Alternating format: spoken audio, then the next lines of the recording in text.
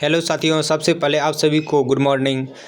देखिए, आज जो ये खबर आ रहा है ये मेडागास्कर से आ रहा है, ठीक है। और मेडागास्कर में क्या हो गया है कि वहाँ फिर से सैन्य तख्तापलट हो गया, ठीक है। ये जेनजी जो वर्ड है, जनरेशन जेड, उसके कारण जो है वहाँ पे असंतोष युवा के द्वारा जो है सैन्य तख्तापलट कर दिया। और वहाँ के जो राष्ट्रपति है एंटोनी राजोलिना, वो जो है क्या किए हैं, देश छोड़ के भाग गए हैं। ध्यान में रखेंगे इसको। मेडागास्कर में ये हुआ है। देखिए, अभी भारत का जितना भी पड़ोसी देश है, अभी हाल ही में नेपाल में देखने को मिला था, जहाँ पे जो नेपाल में जो हुआ था, नेपाल में जनरेशन जेड, ठीक है, जिसको जेन जी भी कहते हैं, जेन जेड, जनरेशन जेड। ये जनरेशन जेड क्या होता है कि ऐसा जिनका भी जन्म 1997 से लेके और 2012 तक के बीच में हुआ है, उसको इंटरनेट का अच्छी समझ है, ऐसे जनरेशन को जनरेशन जेड कहते हैं, ठीक है। ध्यान में रखेंगे कि अभी जो जनरेशन चल रहा है और 2012 से लेकर 2025 तक जो चला था, जनरेशन अल्फ़ा चला था। और जो 1 जनवरी 2025 आया है, उसके बाद जनरेशन बीटा चल रहा है, ठीक है। और इस जनरेशन बीटा जो चल रहा है, उसमें भारत का जो पहला बेबी हुआ था वो कहाँ पे हुआ था, कमेंट सेक्शन में बता सकते हैं, नहीं तो मैं बता देता हूँ। मिजोरम के आइजोल में हुआ था, मिजोरम के आइजोल में ये जो है पहला बेबी वहाँ पे हुआ था। ध्यान में रखेंगे इसको। अब देखिए, इसके अलावा जो है ये आप देखेंगे कि ये जो मेडागास्कर है ये स्थित कहाँ पे है, तो ये देखिए, ये जो है हिंद महासागर में स्थित एक द्वीपीय देश है, ठीक है। जिसकी राजधानी कहाँ पे है, एंटानानारिया है। एक सेकंड में दिखा देता हूँ।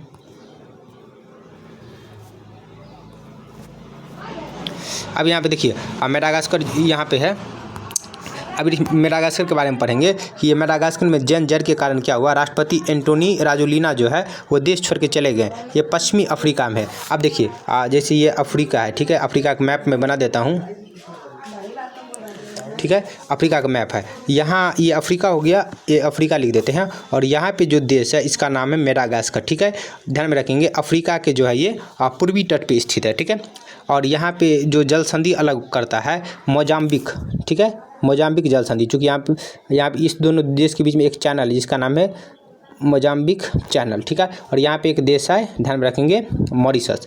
और ध्यान में रखेंगे मॉरिशस का जो एक द्वीप है, अगालेगा द्वीप, इस पे भारत सरकार ने हवाई पट्टी बना रहा है, ठीक है। और देखिए, ये क्षेत्र काफ़ी महत्वपूर्ण हो जाता है वर्तमान के समय में। ऐसा क्यों? क्योंकि देखिए, अभी जो ये मध्य और पूर्व है, खास करके गल्फ़ कंट्री वगैरह है, वहाँ पे राजनीतिक अस्थिरता का माहौल है, ठीक है। राजनीतिक अस्थिरता का माहौल, ऐसे में क्या होगा, देखिए, ये गल्फ़ कंट्री है। यहाँ पे गल्फ़ कंट्री में जानते ही हैं, जो अभी इजराइल हमास का युद्ध चल रहा है, ईरान और अभी जो है पाकिस्तान का युद्ध चल रहा था। इसके अलावा जो है ईरान और इजराइल का संघर्ष चल रहा था।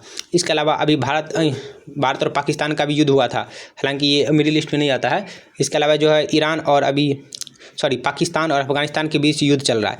तो जितने भी क्या हो रहा था कि व्यापार होता, ट्रेड हो रहा था, वो आपको रेड सी से हो रहा था, लाल सागर से। लेकिन लाल सागर में हूती विद्रोही जो है काफ़ी यहाँ पे जो है अशांति का माहौल पैदा कर दिया था।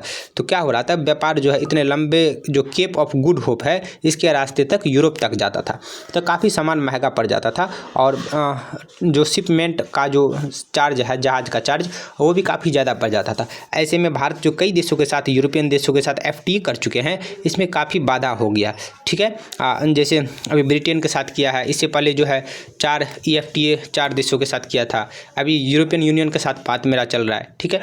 तो ये सब काफ़ी प्रभावित हो सकता है, ठीक है। इसके अलावा भारत क्या किया है, एक रोड बनाया है IMEC, ठीक है, India middle east Europe corridor, ठीक है। ये भी बाधित हो सकता है, ठीक है। यहाँ पे मिडिल ईस्ट कॉरिडोर बना रहे यूरोप तक पहुँच के लिए, ताकि जो है मेरा ट्रेड अच्छा हो सके।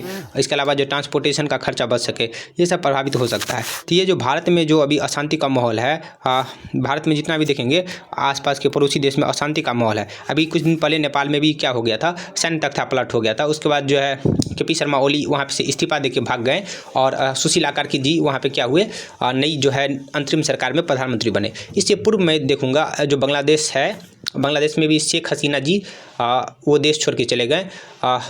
इसके अलावा उससे पहले देखेंगे तो श्रीलंका, भारत का जो सबसे साउथ मतलब दक्षिण में है श्रीलंका में जैविक कॉरिडोर, जैविक खेती को बढ़ावा देने के लिए ETC के कारण जो है यहाँ भी जो है सैन्य तख्तापलट हो गया था।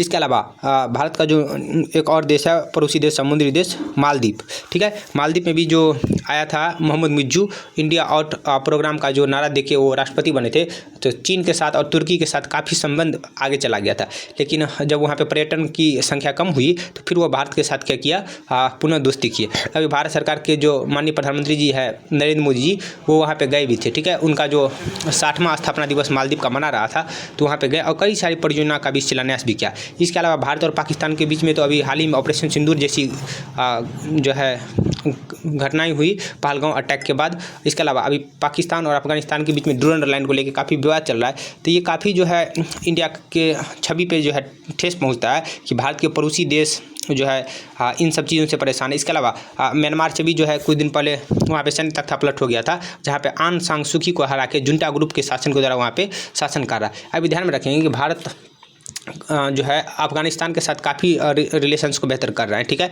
हालांकि ये जो तालिबान है ये तो आतंकवादी संगठन है ऐसा माना जाता है, फिर भी भारत जबकि आतंकवाद के खिलाफ जीरो टॉलरेंस की नीति को अपनाता है। लेकिन जो Vienna convention on diplomatic relations 1961 का है, उसके तहत कूटनीतिक संबंध बना सकते हैं जो भारत के आंतरिक सुरक्षा और हितों के लिए जो महत्वपूर्ण रखता है। तो ध्यान में रखेंगे इसको। ये जो भारत के पड़ोसी देश जितने भी देश हैं, समुद्री चाहे द्वीपीय देश हो या जो सीमावर्ती देश है, इसमें काफ़ी राजनीतिक अस्थिरता का माहौल बना है। ये काफ़ी दुखद बात है, ठीक है। तो ध्यान में रखेंगे इसको। थैंक यू, मिलते हैं अगले वीडियो में। जय हिंद।